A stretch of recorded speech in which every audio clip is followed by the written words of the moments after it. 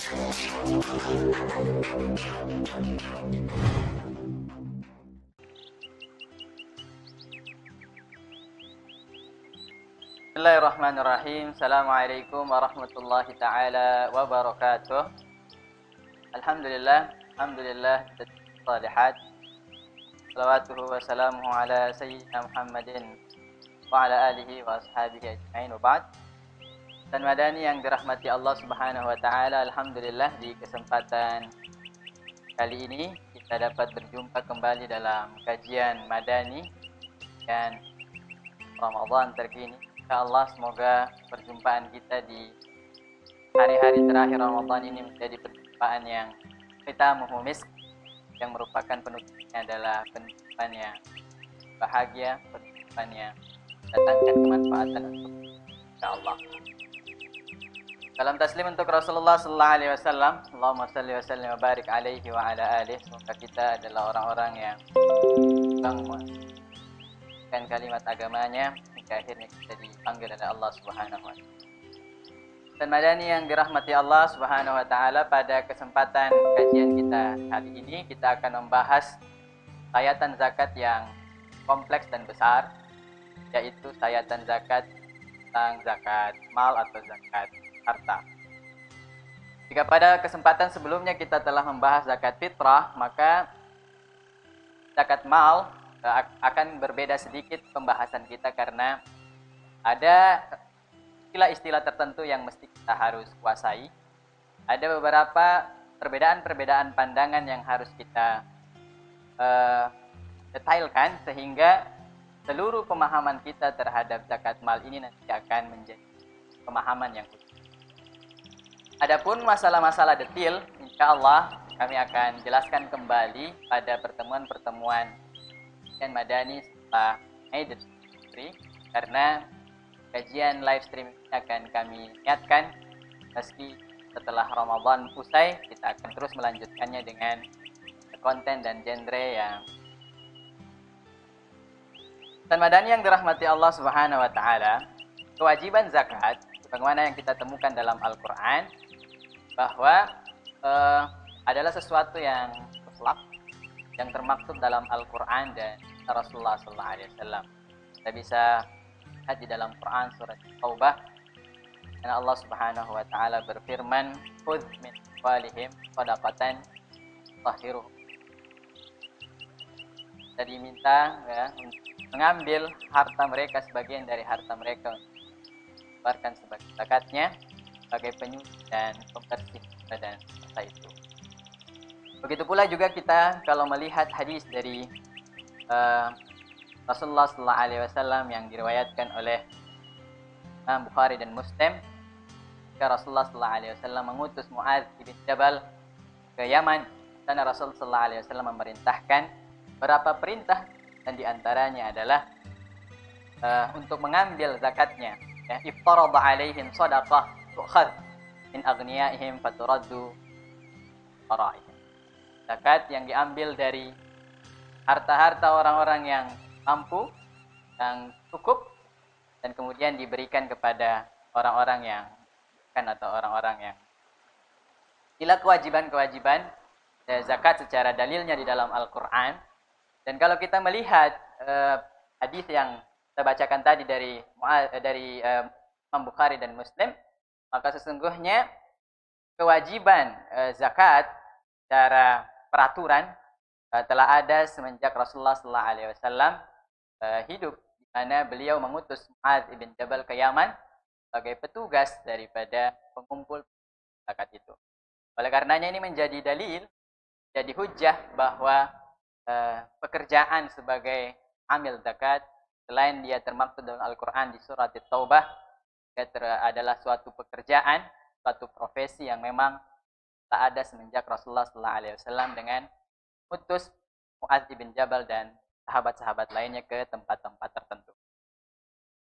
Dan madani yang dirahmati Allah Subhanahu wa taala, oleh karenanya sebagai amil zakat di negeri kita ini, tentu perlu kiranya kita mengerti bahwa menghimpun, mengumpulkan dan menyalurkan zakat di negeri telah atau diatur di dalam undang-undang kita, sama di Undang-Undang Nomor 23 tahun 2011 di pasal 18. Satunya disebutkan bahwa pembentukan lembaga amil zakat adalah sebuah kewajiban yang harus mendapat izin dari pejabat setelah ditunjuk oleh menteri. Inilah menjadi landasan bahwa pekerjaan amil dan profesi amil adalah profesi lama. Memang salah satu bentuk keseriusan agama kita ini untuk memberikan tawaran, memberikan jawaban terhadap pengaturan finansial umat. Seandainya para kapitalis atau para sosialis di pandangan-pandangan ekonomi tertentu, maka agama kita ada hukum pengaturan keuangan, dan salah satu di antara yang banyak itu tentang zakat sebagai jawaban atas masyarakat yang.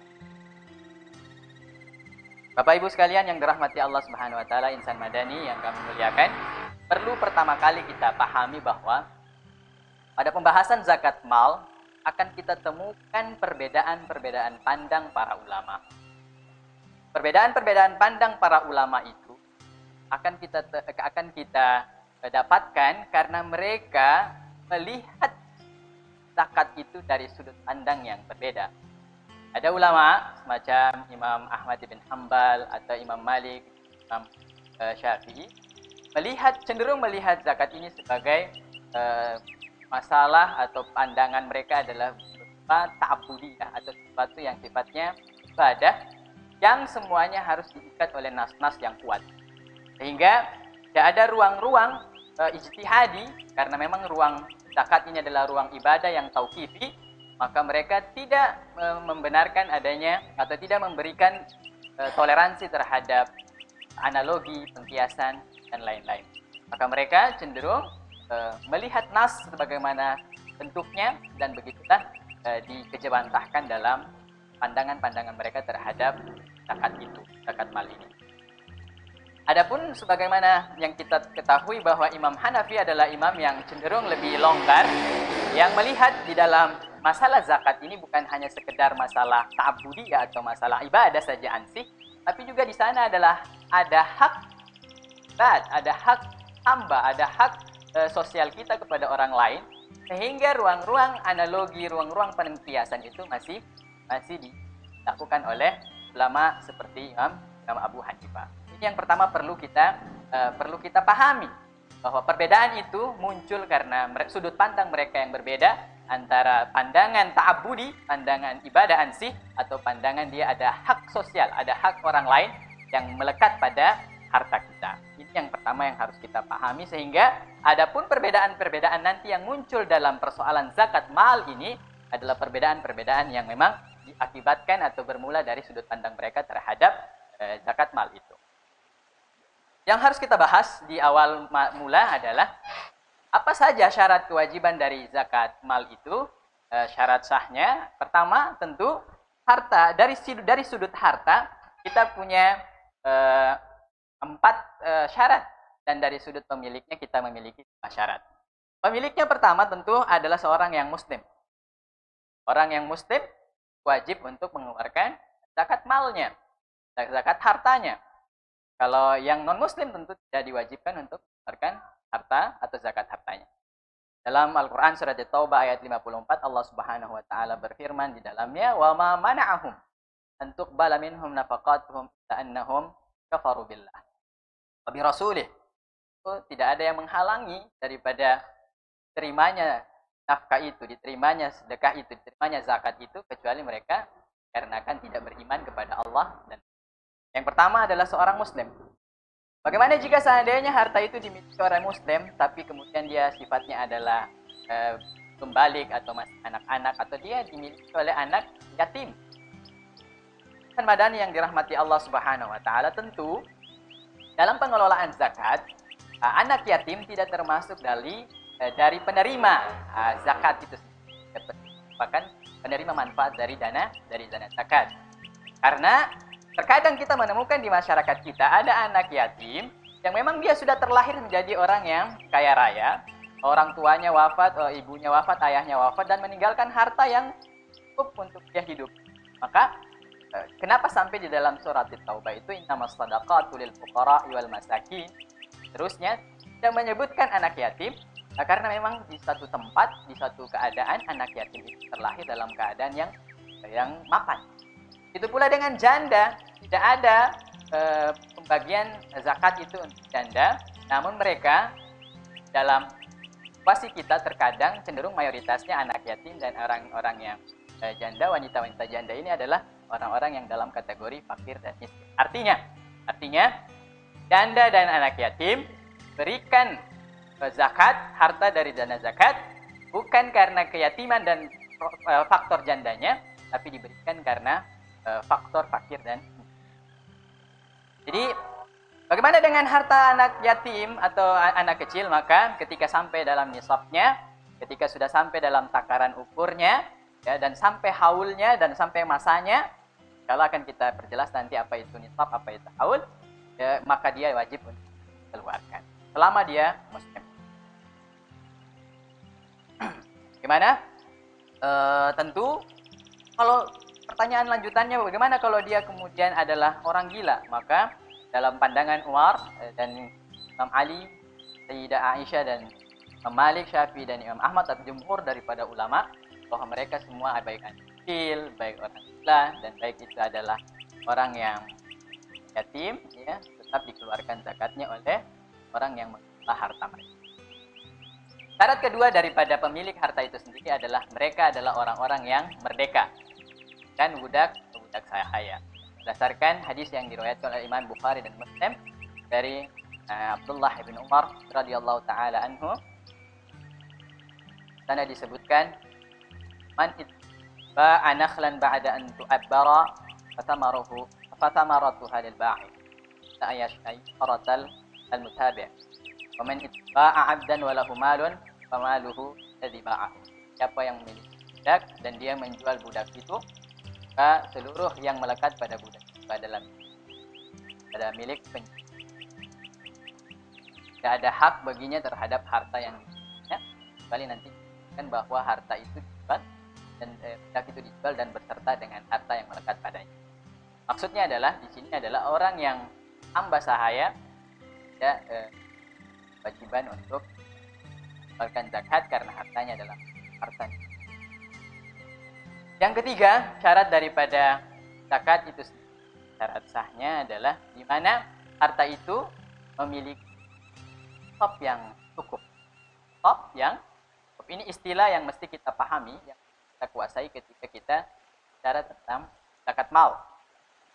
Nisab, apa itu nisab? Nisab itu adalah takaran ukur paling minimal yang harus kita punya dari harta itu. Tidak semuanya harta, lantas dia keluar zakatnya.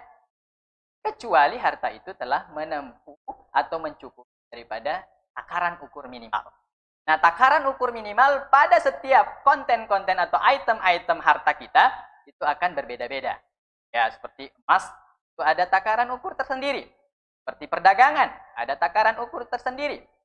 Pertanian, ada takaran ukurnya tersendiri, paling minimal berapa?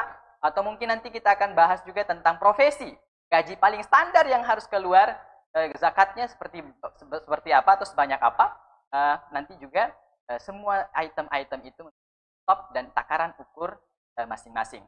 Oleh karenanya ketika kita telah membahas definisi zakat melalui kajian Dr. Wahab Al-Qahtani, beliau menyebutkan bahwa harta tertentu, ya, jadi tidak semua harta itu keluar zakatnya kecuali harta-harta yang telah mencakup nisabnya. Takaran ukur paling minimal dari harta itu yang disebut dengan nisab. Bapak Ibu sekalian yang dirahmati Allah Subhanahu wa taala, insan madani yang kami muliakan. Nah, ini sebagaimana yang disebutkan oleh hadis Rasulullah sallallahu alaihi wasallam. Misalnya kita akan menyebutkan laisa fi maduna khamsati awsaq shadaqah. Jadi tidak ada yang kurang daripada khamsah 5 wasak itu zakatnya. Kalau kurang dari takaran 5 wasak, jadi ada takaran 5 wasak, ya, maka tidak cukup dari takaran itu, dia tidak akan keluar zakatnya. Stop, harus pas, harus cukup, sehingga baru keluar zakatnya. Ada lagi yang keempat, ya, harta itu syaratnya dia harus cukup haulnya. Apa itu haul? Haul itu takaran waktu 1 tahun. Kita sudah miliki hartanya 1 nisab, harus cukup nisabnya. Dan nisab itu, harta yang ukuran minimal tadi itu, kita sudah pegang selama 1 tahun. Jadi tidaklah serta-merta setiap kita mencukupi nisab, langsung kita keluarkan. Bukan seperti itu. Tapi aturannya adalah setelah harta itu cukup nisabnya dan telah kita pegang selama 1 haul atau 1 tahun, 1 periodik, maka dia akan keluar zakatnya. Baru bisa keluar zakatnya. Maka harta-harta yang tidak atau belum cukup haulnya, maka ditunggu sampai dengan kemapanan haulnya atau kecukupan haulnya atau kecukupan 1 periode. Tentu berbeda-beda. Nanti ada harta-harta yang mengalami pengecualian. Dia tidak mengalami periodik 1 tahun, tapi ada yang mengalami periodik setiap kali kita dapatkan, setiap kali gajian misalnya, atau setiap kali kita temukan secara tiba-tiba. Nah, ini bisa dia beda antara satu jenis zakat dengan zakat yang lainnya. Nah, ya ada yang keempat, ya, dan madani yang dirahmati Allah Subhanahu wa taala, kita cukup haulnya. Sama tadi stoknya, dua di dalam sisi hartanya kita harus cukup haulnya atau 1 tahun beredar.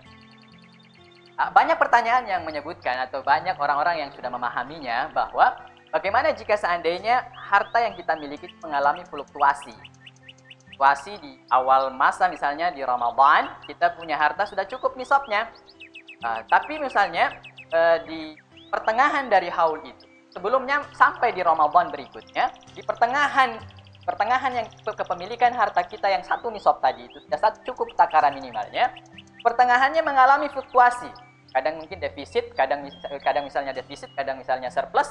Bagaimana cara kita menghitungnya? Nah, ulama kemudian mengatakan bahwa seperti Imam Abu Hanifah, ya, mengatakan bahwa tidak melihat fluktuasi haul itu. Haul tetap dilihat adalah awalnya dan akhirnya. Jika Ramadan kali ini nisabnya sudah cukup dan Ramadan tahun berikutnya itu nisabnya sudah cukup, maka itulah yang menjadi patokan dia wajib keluar zakat. Tapi ulama-ulama yang lainnya masih melihat fluktuasi daripada haul itu, sehingga begitu defisit, maka kapan dia rebound kembali dan pada situasi nisab yang cukup, maka dihitung kembali haulnya dari periode yang dia cukup. Nah, tapi dari pandangan yang berbeda, Imam Hanafi karena melihat ada hak sosial yang jauh lebih harus dicukupi atau yang dipenuhi, maka melihat awal dari haul dan akhir dari haul itu adalah sesuatu yang menjadi perhitungan seorang untuk mengeluarkan zakatnya di 1 tahun. Maka insan madani yang dirahmati Allah Subhanahu wa taala, di titik haul ini perlu kita pahami bahwa harta itu tidak mesti di Ramadan baru cukup haulnya, baru cukup nisabnya. Bisa jadi dia di Syawal baru nisabnya cukup, maka kita menghitung harta itu dari bulan Syawal, baru nanti kita ketemukan di Syawal di tahun berikutnya, insyaallah. Atau tahun Rajab yang tahun lalu, maka Rajab tahun ini harusnya sudah bisa kita hitung. Tidak harus menunggu Ramadan. Kebanyakan daripada umat muslim masih keliru dalam memahami haul ini, bahwa haul itu hanya ada di bulan Ramadan. Padahal haul itu adalah di mana ketika harta kita telah mencapai takaran minimal, ya, sudah mencapai takaran minimal, maka dia sudah terhitung haulnya mulai dari saat itu sampai dengan tahun depan atau 1 periodik berjalan. Kan madani yang dirahmati Allah Subhanahu wa taala, ini masalah atau syarat yang keempat, yaitu syarat haul. Syarat yang berikutnya disebutkan bahwa dalam az-zakah Islam kan bahwa syarat kelima daripada harta itu, atau mungkin dari syarat wajib dari harta itu adalah dia merupakan kepemilikan tetap. Artinya kan kepemilikan bersama. Misalnya ada sebuah sebidang tanah. Sebidang tanah itu adalah milik keluarga. Maka tentu harus dipilah-pilih terlebih dahulu mana milik si fulan, mana si fulana. Sehingga jika seandainya takaran masing-masing dari si fulan dan si fulana itu sudah mencukupi nisab, dan kemudian sudah mencakup 1 haul, maka baru kemudian bisa kita keluarkan zakatnya. Tapi jika seandainya itu adalah kepemilikan dari bersama dan tidak bisa dirinci, maka tentu harus dibagi terlebih dahulu. Dan madani yang dirahmati Allah Subhanahu wa taala, haul ya, kepemilikan tetap juga bermakna bahwa jika dia bersifat buah-buahan yang masih berupa bunga, masih berupa benih-benih yang belum jelas buahnya akan muncul, misalnya tumbuh-tumbuhan yang masih berupa pucuk-pucuk, maka itu belum disebut dengan kepemilikan tetap. Dan madani yang dirahmati Allah Subhanahu wa taala, ini syarat wajib yang mesti kita miliki ketika kita memiliki harta atau berbicara tentang zakat mal, maka dia adalah yang memilikinya adalah seorang muslim, yang memilikinya juga adalah seorang yang merdeka, harta itu adalah harta yang cukup nisabnya, harta itu juga adalah harta yang cukup haulnya, dan dia adalah menjadi harta yang kepemilikan tetap atau penuh dari satu orang. Dan madani yang dirahmati Allah Subhanahu wa taala, bagaimana dengan masalah jenis zakat? Jenis-jenis zakat.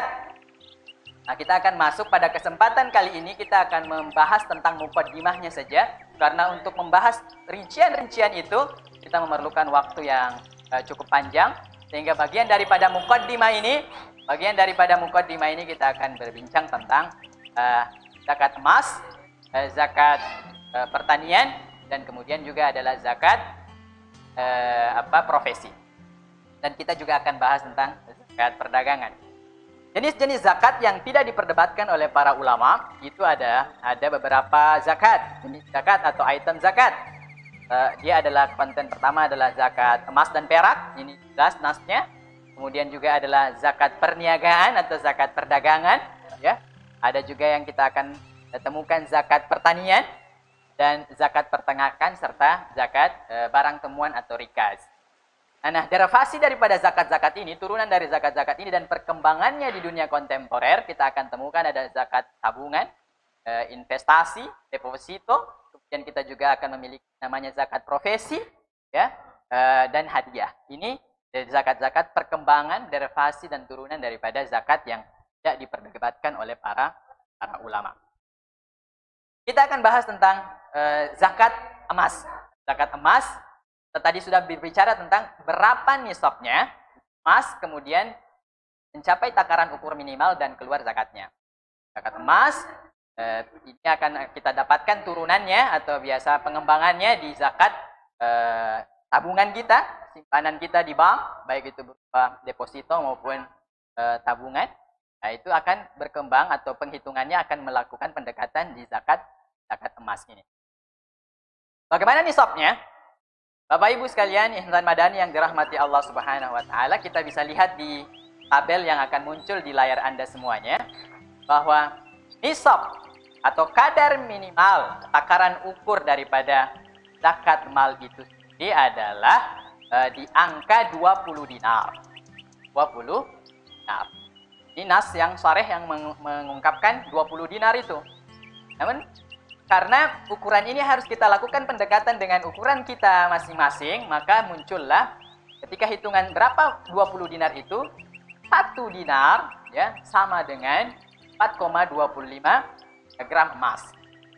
Maka kalau kita mau kalikan antara 4,25 gram emas dengan 20 dinar, maka muncullah standar minimal emas yang kita miliki di rumah ya, atau tabungan yang kita punya di bank, atau deposito yang kita simpan di bank, ya, maka dia adalah di angka 85 gram emas.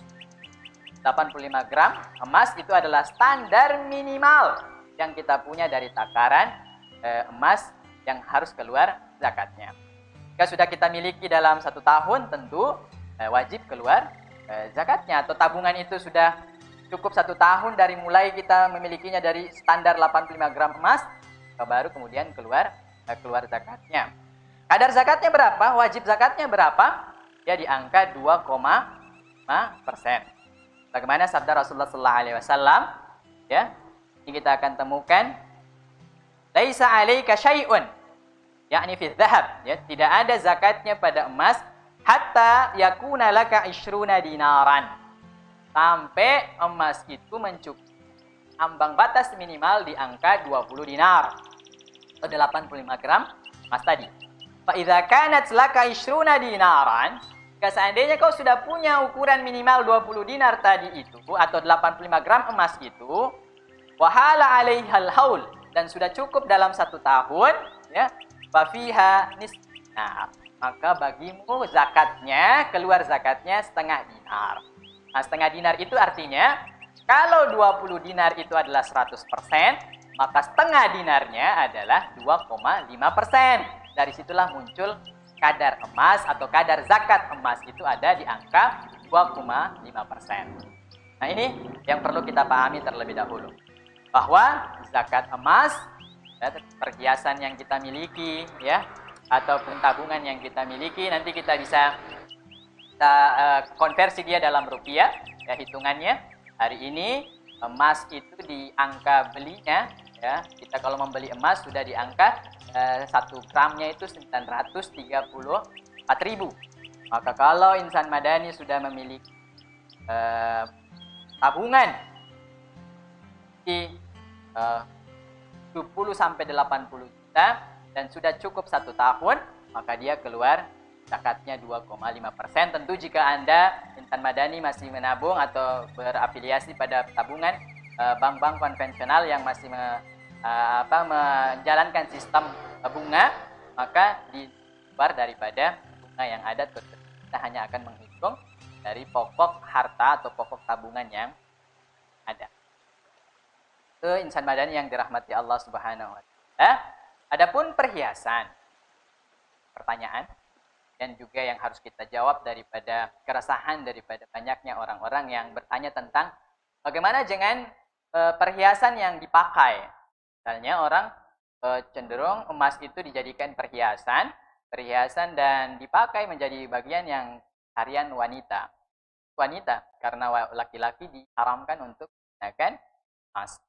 Maka emas yang dia gunakan atau dipakai sebagai perhiasan, dalam kajian Dr. Yusuf Al-Qaradawi dalam bukunya Fiqhuz Zakah, maka beliau menggambarkan kepada kita semuanya bahwa emas yang dipakai tidak keluar zakatnya selama dalam takaran yang wajar.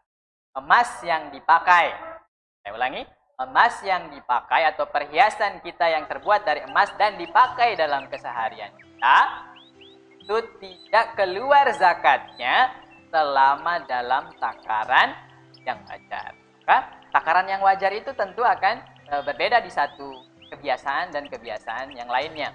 Namun di dalam negeri kita ini takaran wajar yang masih ditolerir itu di angka 25 gram emas. Maka insan madani yang dirahmati Allah Subhanahu wa taala, bisa kita hitung jika seandainya kita punya emas 100 gram, kita memakainya 25 gram, maka sudah cukup dari angka, atau kita punya 150 gram, kita pakai 25 gram, maka sudah cukup nisab atau lebih dari nisab 85 gram emas, maka sisa itu daripada harta kita wajib keluar zakatnya 2,5% selama harta itu kita telah pegang atau telah kita simpan tabungan itu angka 1 tahun. Dan madani yang dimuliakan Allah Subhanahu wa taala, ini adalah pembahasan tentang zakat emas. Kenapa kita perlu membahas zakat emas? Karena zakat emas ini menjadi patokan ukuran nisabnya, ukuran takaran minimalnya, ukuran haulnya, ukuran kadarnya, menjadi takaran yang sangat penting untuk kita memahami nanti zakat perdagangan, zakat profesi, zakat investasi, zakat deposito maksud saya. Itu akan sangat penting untuk kita pahami melalui pendekatan hitung zakat emas. Di insan madani yang dirahmati Allah, kalau misalnya kita memiliki tabungan, panan uang, baik juga, maka kita harus merinci atau menghitungnya pada kali ini. Ya, dia sudah sampai di batasan 80 juta rupiah dan 1 tahun yang lalu kita pegang. Nah, hitungan zakat. Allah Subhanahu wa taala tentu sangat murka kepada mereka-mereka yang memiliki harta dan kemudian tidak mengeluarkannya dengan benar dan mengeluarkan zakatnya, sebagai dalam Al-Qur'an disebutkan. Allah berfirman, walladzina yaknizuna adz-dzahaba wal fiddah wa la yunfiqunaha fi sabilillah basyirhum bi'adzabin alim. Orang-orang yang punya emas, orang-orang yang punya perak, dan dia tidak keluarkan zakatnya, maka berikanlah kabar gembira kepada mereka tentang azab yang berat. Yauma yuhma 'alaiha fi nari jahannam fatukwa biha jibahum hadza ma kanaztum bima. Ada hari di mana mereka mengumpulkan dan tidak mengeluarkannya, itu di hari pembalasan nanti. Emas itu akan dilelehkan dan ditikakan di atas wajah mereka, di atas lambung-lambung mereka, dan di atas belakang-belakang mereka, yang dikatakan kepada mereka, inilah harta-harta yang kemudian kalian keluarkan zakatnya, harta-harta yang kalian itu fadzukul azab, maka matilah azab dari Allah terhadap harta yang kalian. Dan madani yang dimuliakan Allah Subhanahu wa taala, kita beralih setelah zakat emas dengan derivasi zakat tabungan, zakat deposito, maka kita juga akan menghitung bagaimana dengan varian zakat berikutnya yang penting, yaitu adalah zakat pertanian. Maluku tentu kita punya beberapa jenis varian pertanian. Ada orang-orang tertentu menanam sayur mayur, apakah itu keluar zakatnya? Juga kita akan temukan orang menanam cengkeh, orang menanam pala, orang menanam kelapa. Apakah itu semuanya keluar zakatnya? Kita akan bahas di zakat pertanian ini. Pertama, tentu kita harus pahami dulu berapa nisabnya dari zakat pertanian itu. Zakat pertanian, bagaimana yang disabdakan Rasulullah SAW tadi, ya, laisa fima khamsati awsaq shadaqah. Tidak ada hasil pertanian yang kurang dari 5 wasak zakatnya. Jadi takaran ukur daripada zakat pertanian paling minimal ketika kita memanennya adalah di angka 5 wasak. Apa itu 5 wasak? 5 wasak sebagaimana dikabarkan dalam kitab Fiqh fil Islam ini, bahwa 1 wasak itu sama dengan 60 sa'. Baik, kalau ditaksir dan kemudian didapatkan jumlah pembulatannya, kita akan dapatkan bahwa 5 wasak itu angka 653 gram. Jika kita panen dan beras misalnya, dan kemudian hasil panen kita mencapai 653 kg, dan setiap 653 kg sudah keluar zakatnya. Berapa takarannya? Takaran untuk zakat pertanian itu ada 2. Ada yang pertama adalah 5%, dan yang kedua ada di angka 10%. Angka 5% muncul ketika tumbuhan-tumbuhan itu atau tanaman-tanaman kita membutuhkan 5% dia jika seandainya memiliki operasional seperti irigasi dan medan dan lainnya, atau ikannya, maka dia di angka 10%. Jika seandainya tumbuhan kita itu adalah tumbuhan yang mengharapkan air curahan dari hujan, ya di angka 10% keluar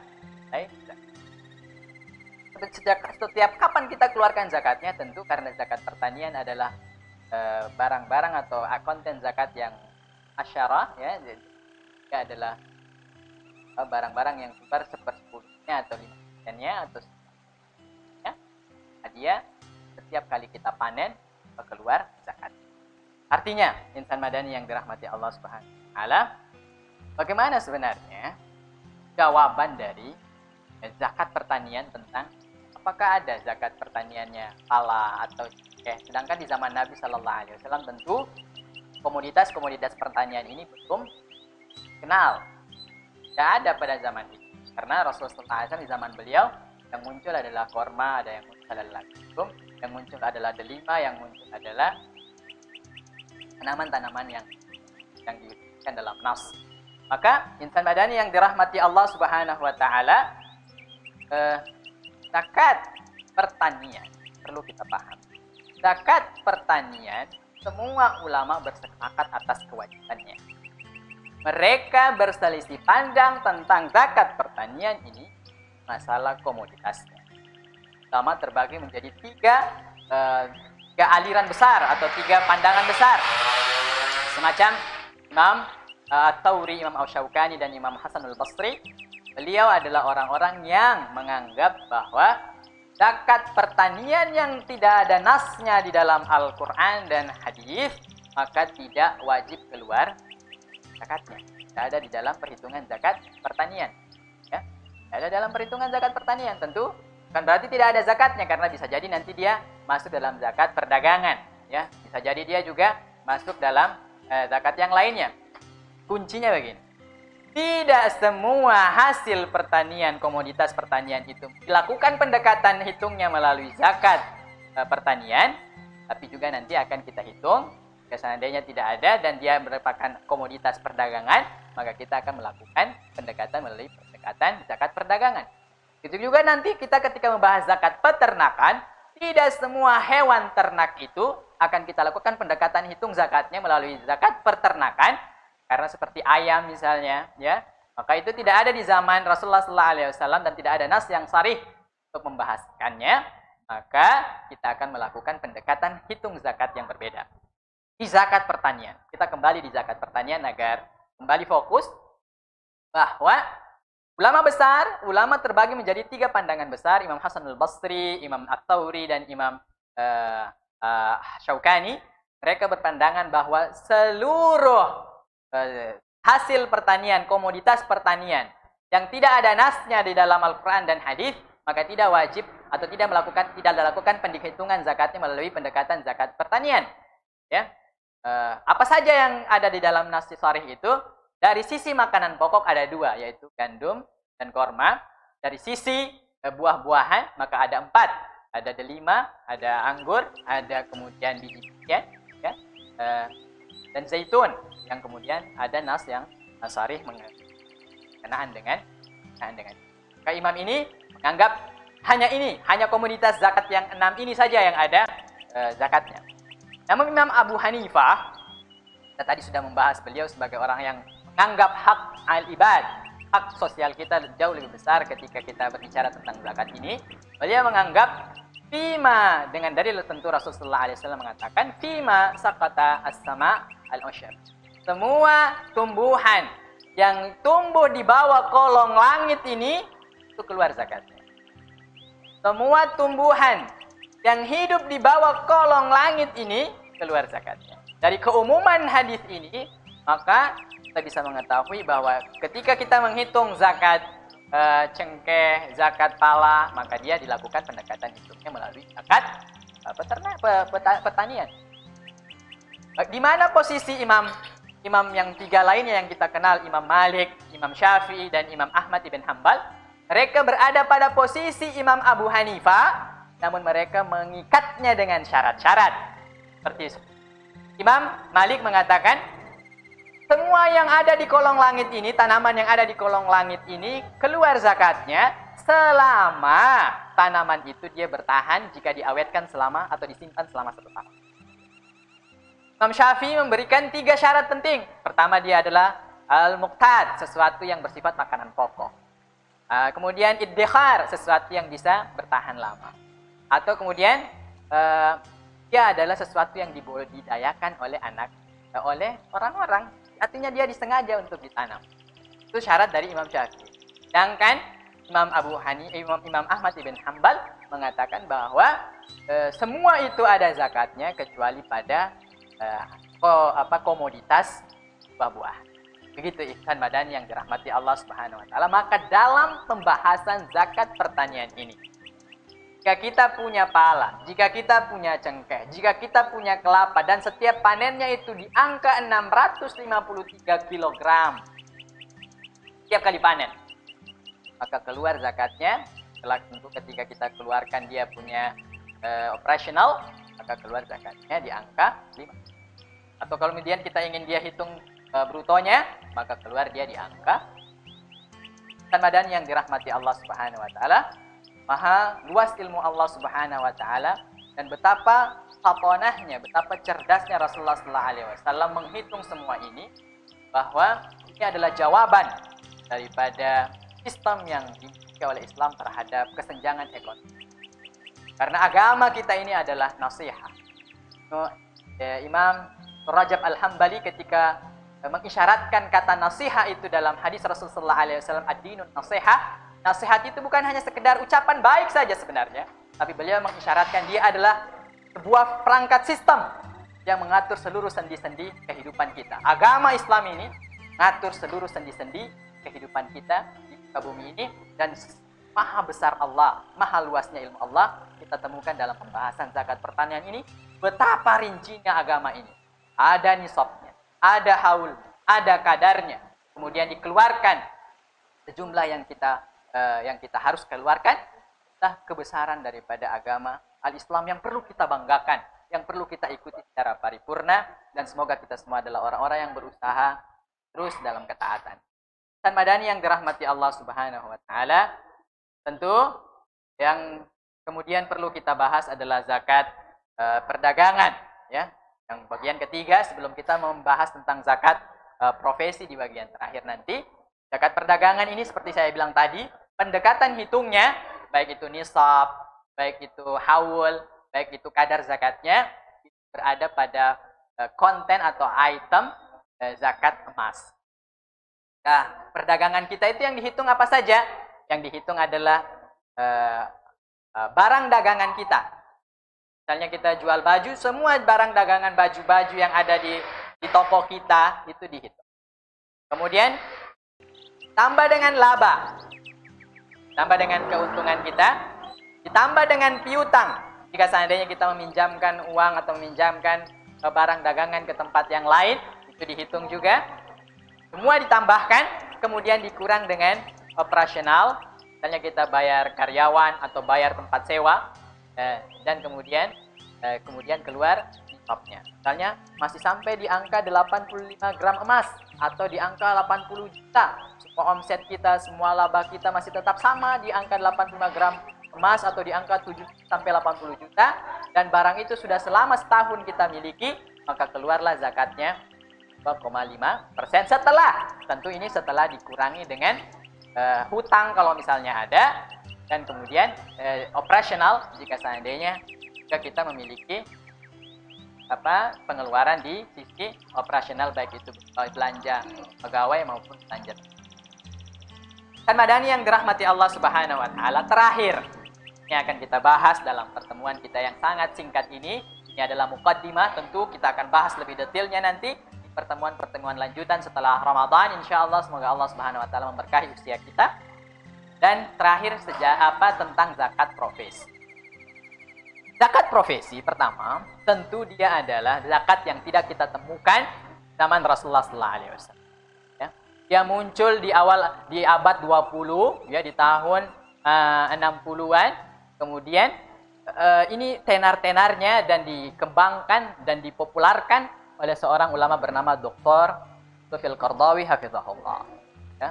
Sudah ada pendahulunya terlebih dahulu, kemudian yang mempopulerkannya menjadi sangat masif adalah Dr. Yusuf Al-Qaradawi, karena beliau menganggap bahwa zakat ini selain dia adalah hak sosial juga merupakan asas keadilan, ya. Dimensi-dimensi keadilannya juga harus kemudian kita pertimbangkan.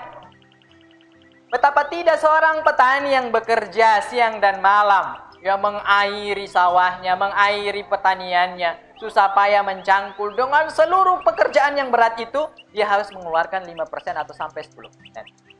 Sedangkan ada pekerjaan-pekerjaan yang seolah-olah itu tidak terlalu menguras energi seperti para petani atau para pedagang, namun dengan raupan keuntungan yang sangat besar.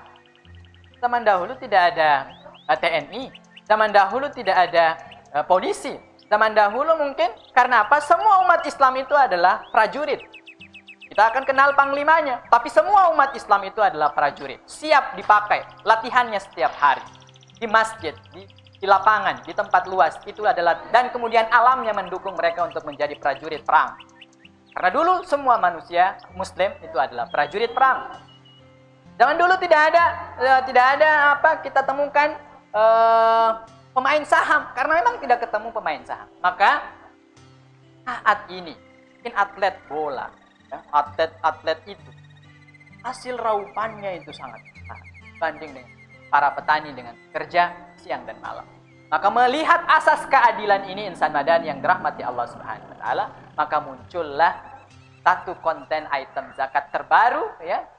Dan ini merupakan ijtihad para ulama kita, yaitu yang disebut zakat penghasilan atau zakat profesi. Penghitungan atau perhitungan zakat profesi tentu akan ada perbedaan pandang. Tentu kita akan membahasnya dari dua sisi. Kita bisa menghitungnya melalui pendekatan zakat emas secara nisab, secara haul, dan secara kadar, secara konsisten. Misalnya, kadar berapa sih standar gaji kita, kemudian keluar zakatnya. Kalau kita melakukan penghitungan dengan cara pertama, maka emas yang nisabnya atau takaran minimalnya 85 gram itu kita kalikan dengan harga emas saat ini di angka 934.000, maka muncullah angka di 79 juta rupiah atau sampai 80 juta rupiah. Angka 80 juta itu kita bagi ke dalam jumlah bulan dalam satu tahun menjadi 12. Jadi 80 juta kita bagi menjadi 12, kita bagikan dengan 12, maka muncullah nisab atau gaji standar yang keluar zakatnya, yaitu di angka 6.600.000. Dan madani yang punya gaji 6.615.000 atau lebih, maka sudah wajib keluar zakatnya ketika kita melakukan pendekatan hitung yang konsisten dari semuanya melalui pendekatan nisab emas. Haulnya kapan? Haulnya tentu setiap kali kita menerima uang itu dan kemudian kadarnya berapa? Kadar emasnya di angka 2,5%. Ini cara hitung yang pertama. Maka kalau misalnya 6.615.000 kita kalikan 2,5%, maka insan madani punya zakat dalam sebulan itu di angka 165.000 rupiah. Ini cara hitung yang pertama. Cara hitung yang kedua, kita melakukan pendekatan hitungnya dengan pendekatan hitung zakat pertanian. Tadi kita sudah bahas nisabnya di angka 653 kg. Kalau kita kalikan dengan harga beras saat ini 653 kg itu dengan beras yang paling murah, maka kita temukan angkanya Rp10.000. Ini di tahun 2017 masih berlaku Rp10.000 ini. Mulai dari tahun 2017. Maka kalau kita kalikan dia dengan Rp10.000 akan muncul standar gaji minimal keluar zakatnya di posisi 6.530.000. Tiap gajian, ya. Setiap gajian kemudian kita keluarkan 2,5%, ya, bukan 5% atau 10%. Makanya di sini ada hitungan yang inkonsisten karena kita menggunakan nisab dan haul zakat pertanian, tapi kadarnya kita ambil dari zakat emas. Ini cara hitung yang kedua. Maka akan muncul zakat kita dalam satu bulan untuk profesi penghasilan kita itu di angka 163.000. Bagaimana jika profesi itu juga memunculkan penghasilan tambahannya? Kita berprofesi sebagai guru, kita punya sertifikasi. Kita berprofesi sebagai pegawai, misalnya tunjangan kinerja. Bagaimana? Atau saat-saat Ramadan ini ada yang namanya tunjangan hari raya. Bagaimana cara menghitungnya? Jika seandainya dia berbarengan dengan gaji kita akumulasikan dengan gaji kita, kemudian keluar dengan 2,5% setelah kita mendapatkannya. Jika dia kemudian muncul bertahan dengan gaji kita, maka jika dia cukup nisabnya senisab gaji, maka kemudian ya keluar zakatnya 2, di profesi kita itu tidak ansih hanya itu saja, gaji pokoknya saja, tapi juga ada tunjangannya kita hitung. Maka disarankan untuk mengeluarkan zakat profesi ini bukan dalam hitungan 1 tahun. Karena apa? Kadang penghasilan kita dalam 1 bulan itu susah untuk diprediksi. Setiap triwulan sekali atau per semester keluar sertifikasi. Setiap misalnya di Ramadan ada tunjangan hari rayanya. Bulan-bulan tertentu keluar tunjangan kinerjanya. Sehingga susah kemudian kita menghitungnya secara pasti. kalau misalnya kita keluarkan di akhir tahun atau setiap 1 tahun sekali. Tapi baiknya sangat wajar dan sangat masuk akal dan rasional karena gaji itu dia adalah sesuatu yang fluktuatif juga mengikuti tunjangan-tunjangan yang lainnya, maka dia dikeluarkan setiap kali kita menemukan gaji itu atau diberikan gaji. Insan madani yang dirahmati Allah Subhanahu wa taala, inilah varian-varian daripada zakat mal. Tentu ada lagi zakat investasi ya yang akan kita dekatkan penghitungannya dengan zakat pertanian ya. Ada juga zakat barang-barang berharga ya, dan seterusnya. Yang kemudian yang harus juga kita perdalam adalah zakat peternakan.